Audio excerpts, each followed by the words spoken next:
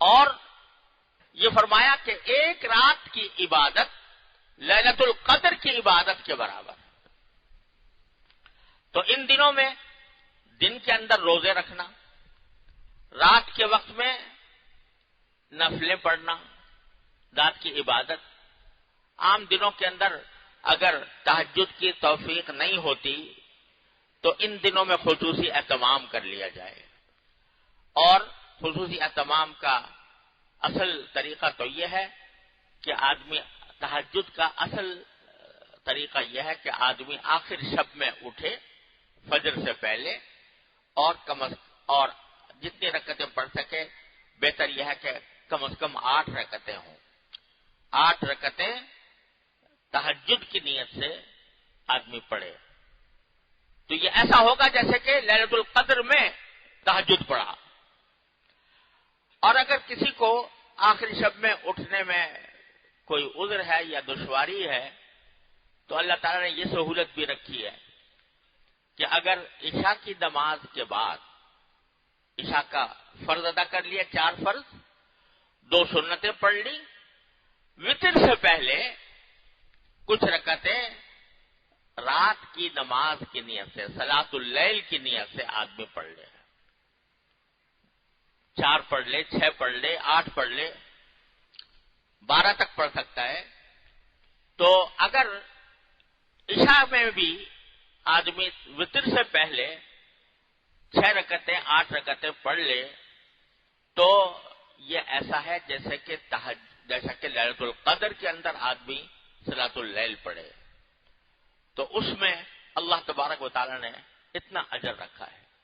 ایک طرف یہ فرمایا کہ دن کے وقت میں بھی روزہ رکھنا، اور صرف روزہ رکھنا ہی نہیں بلکہ جو عبادت بھی اللہ تبارک و تعالی جس کی توفیق عطا فرمائے، کوئی بھی عبادت ہو، وہ اللہ تبارک و تعالی کے ہاں اور دنوں کی عبادت سے بہت زیادہ محبوب ہے. لہذا ذوالحجہ کا مہینہ صرف قربانی اور قربانی کا گوشت کھانے کے لیے نہیں ہے، یہ اللہ تبارک و تعالی کی عبادت کے خصوصی ایام ہیں. جیسے کہ رمضان کو اللہ تبارک و تعالی نے ایسا مہینہ بنایا ہے کہ اس میں انسان عبادت زیادہ سے زیادہ کرتا ہے اور کرنے کی کوشش کرتا ہے، اور اس کی عبادت پر اس کو اجر بھی بہت بڑا ملتا ہے.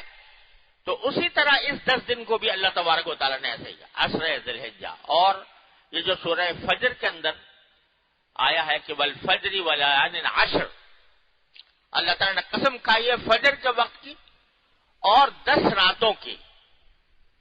تو 10 راتوں سے مراد اکثر مفسرین یہ کہتے ہیں کہ یہ ذوالحجہ کی 10 راتیں ہیں. تو ان کا استقبال کرنا چاہیے. اور یہ جو مختلف اوقات میں اللہ تبارک و تعالی نے مختلف دنوں میں راتوں میں جو فضیلتیں رکھ دی ہیں، اس کا اصل منشا یہ ہے کہ ہم بار بار جب دنیا کے کاموں میں مصروف ہوتے ہیں، اگرچہ وہ جائز ہوں حلال ہوں، لیکن جب اس میں مصروف ہوتے ہیں تو ہمارا ذہن اور دل و دماغ جو ہے وہ اللہ تبارک و تعالی سے، اللہ تعالیٰ کے سامنے پیش ہونے سے، یوم آخرت سے، اس سے غفلت میں پڑ جاتا ہے اور دنیا کے کاموں میں دل و دماغ الجھا رہتا ہے. تو اللہ تبارک و تعالیٰ نے وقفے وقفے سے یہ کچھ ایام، کچھ راتیں ایسی بنائی ہیں کہ اس میں آدمی کو خاص طور پر متوجہ، ان دنوں میں آ جاؤ، اور دنوں میں غفلت سے وقت گزار رہے ہو تو ان دنوں میں آ جاؤ، اور ان دنوں میں آ کر مجھے میری عبادت میں مصروف ہو جاؤ، مجھ سے تعلق قائم کرو. اس سے تمہارے دلوں میں اللہ جل جلالہ کی عظمت، اس کی محبت، اس میں اضافہ ہوگا. اور اللہ تعالیٰ کے ساتھ تعلق ہی در حقیقت سارے صلاح و فلاح کا دار و مدار ہے. جتنا اللہ تعالیٰ سے تعلق بڑھے گا، اللہ تعالیٰ کی محبت میں اضافہ ہوگا، اتنا ہی انسان کی دنیا و آخرت بہتر ہوگی. اس واسطے وقفے وقفے سے اللہ تعالیٰ، آج فلاں دن آ گیا، آج شب برات آ گئی، آج محرم کا عاشورہ آ گیا، آج ذوالحجہ کا عشرہ آ گیا. یہ مختلف اوقات میں اللہ تبارک و تعالیٰ بندوں کو کھینچ کھینچ کر بلاتے ہیں کہ آؤ میرے پاس، اور غفلت میں جو تم وقت گزار رہے ہو اس غفلت کو دور کرو.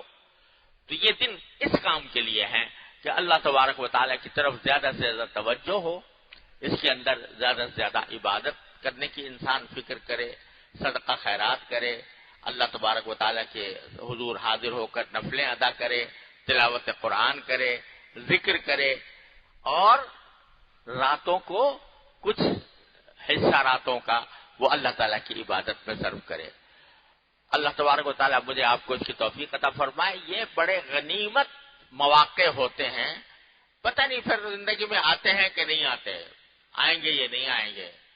جو وقت مل رہا ہے اس کو غنیمت سمجھنا چاہیے. تو اب 2 دن باقی ہیں، اور میں اس وقت اس لیے عرض کر رہا ہوں کہ انشاءاللہ امید ہے کہ یا تو اتوار کی شام کو یا پیر کی شام کو انشاءاللہ یہ عشرہ شروع ہو جائے گا. تو آدمی ذہنی طور پر پہلے سے تیار ہو اور اپنی مشغولیات کو اس طرح مرتب کرے کہ اس میں اس کو زیادہ سے زیادہ وقت اللہ تعالیٰ کے حضور حاضر ہونے کا مل جائے اور اللہ تعالیٰ کی عبادت کرنے کی توفیق ہو جائے. اللہ تعالیٰ اپنے فضل و کرم سے، اپنی رحمت سے مجھے آپ کو سب کو اس کی توفیق